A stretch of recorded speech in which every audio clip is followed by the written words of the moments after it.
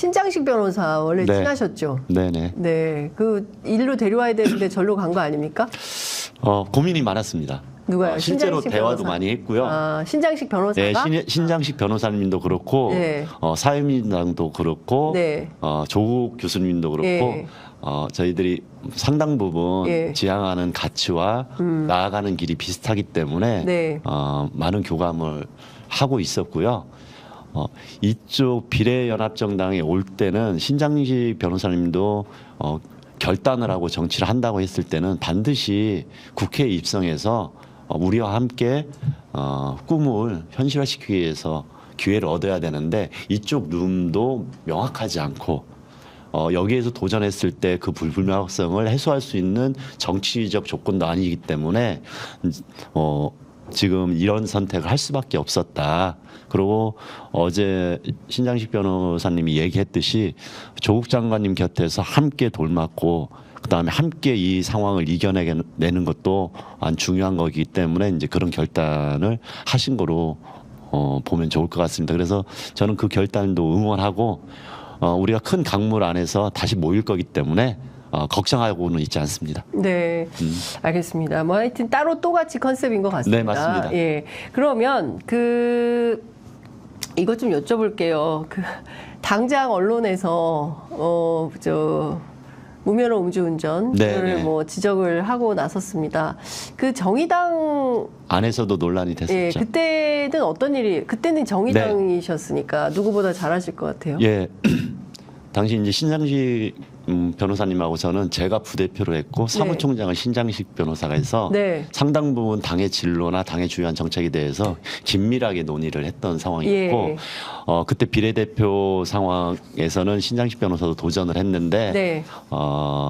그 논란이 생긴 겁니다. 그런데 명확하게 다시 말씀드릴 수 있는 게 그 논란에서 신장식 변호사는 그 당시 무면허 운전과 그 음주운전의 네, 사건이 오래전 일이지만 예. 그 이유에 대한 변명을 하지 않고 정치적 책임을 지고 4년 동안 사실 정치를 하지 않은 겁니다.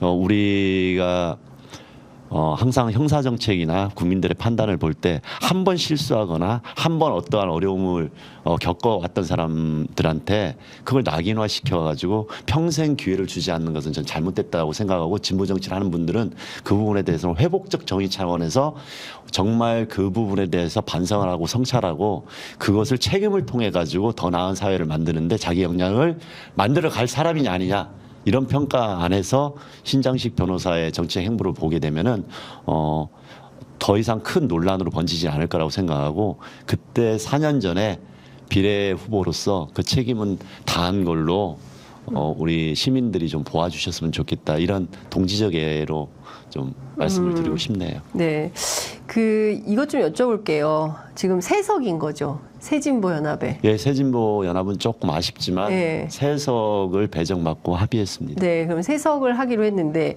한창민 대표님이 들어갑니까? 이 세석에?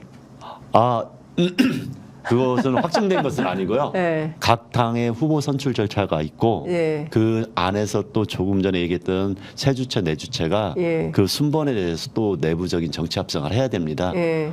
지금 저 이렇게 나와 있지만 예. 사회민주당 예. 후보 선출 절차가 지금 진행이 되고 있고 예. 투표 둘째 날입니다. 아. 그래서 그 결과에 따라 가지고 예, 사회민주당 몫으로 한석이 되는 거네요. 사회민주당의 후보군이 1차적으로 예. 이제 보이는 거고 예. 이 룸 안에서 예. 또 정치 협상을 통해서 예. 사회민주당이 한석을 예.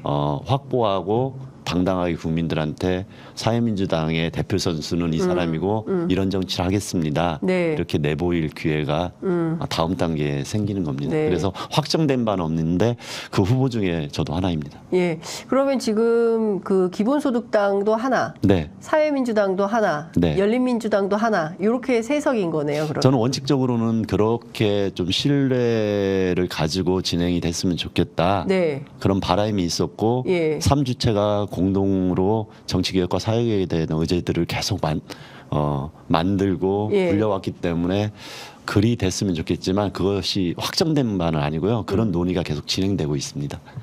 아니 근데 누가 보더라도 새 네. 정당이 합쳤으면 각자 하나씩 나눠야 되는 거 아닌가요? 저 그렇게 아 되려고 그럼 하면은 어느 정당이 우리가 2개 하겠다 이러고 있는 거예요? 아니면 우리가 3개 다 하겠다 이러는 겁니까? 그건 말이 안 되잖아요. 네, 그런 것은 아닌데 네. 아마 각 이제 기본소득당도 네. 당내 입장이 있고 예. 일단은 본인들의 입장을 이야기하는 거고 예. 이제 사회민주당이나 열린민주당도 예.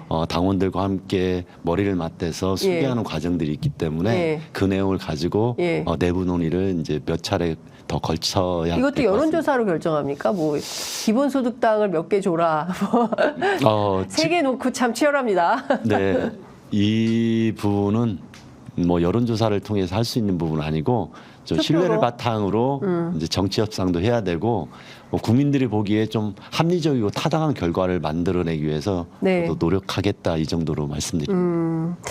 알겠습니다. 하여튼 이 결론은 언제 나는 겁니까? 지금 선거 일정상 너무 늦지 않아야 되거든요. 네.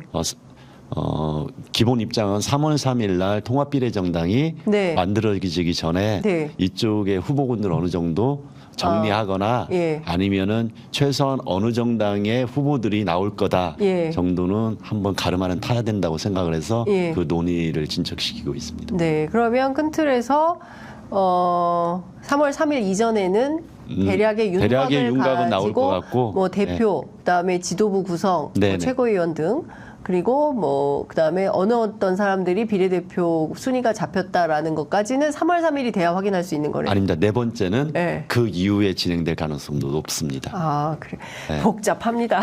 이게 지금 선거가 이제 51일도 안 남았지만 44일 남았어요. 예. 실제로는 예.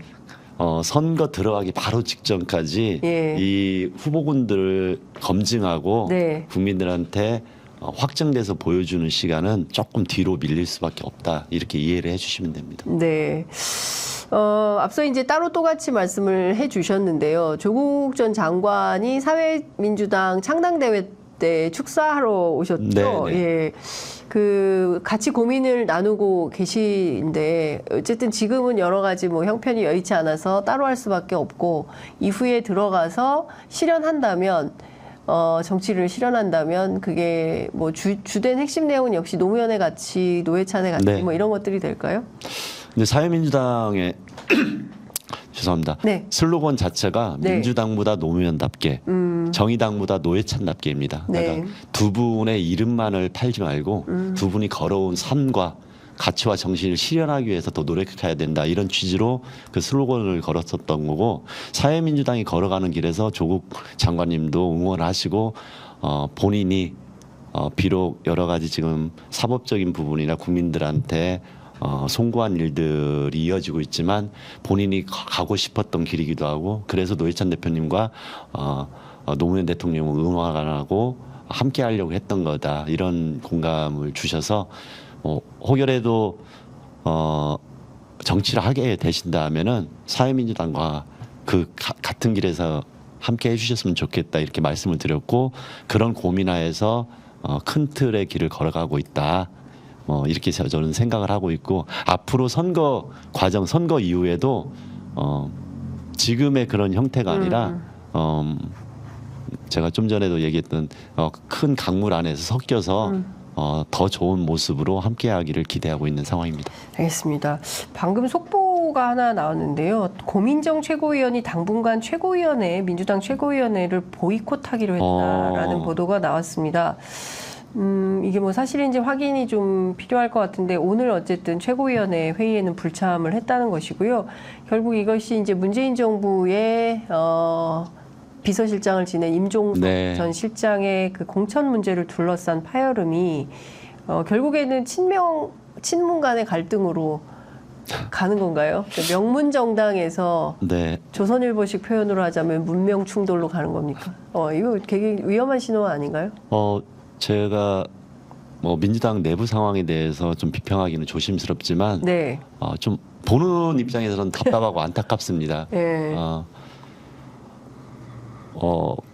지금 임종석 실장 저라면은 임종석 실장님이 이 부분을 해결하기 위한 키맨으로서 다른 행보를 보여주시면은 지금의 이제 갈등 구조로 비치는거나 조중동이나 수구 언론에서 이 프레임으로 더 위기를 만들려고 하는 것들을 좀 극복할 수 있지 않을까 이렇게 생각을 하고 충분히 논의해서 이 갈등을 피하는 게 좋지 않겠나 이렇게 생각을 합니다. 그리고 386 선배님들 정말로 많은 권한과 역할을 해주셨고 긍정적인 부분과 뭐 부정적인 비판도 일부 있지만 지금 그 부분을 마지막으로 긍정적인 모습으로 가름할 때다. 그래서 민주개혁 진보 진영이 이 윤석열 정권 하에서 신음하는 이것을 끊어낼 단초를 만들어 달라 이렇게 요청드리고 싶네요. 네, 586이 은퇴해라 이런 말씀이시네요. 은퇴를 안 하더라도 네. 솔선수범하는 모습으로 네. 우리가 책임지는 자세를 보여라. 책임지는 자세로서 대화의 물꼬를 풀어주는 역할 정도를 할 수 있지 않을까 이렇게 기대하고 있고 네. 그런 방향으로 가야지 586 소위 운동을 하면서 한국 사회를 변혁시키려고 했던 그 좋은 모습들이 좋은 마무리로 이어질 수 있지 않을까 이렇게 생각합니다. 네.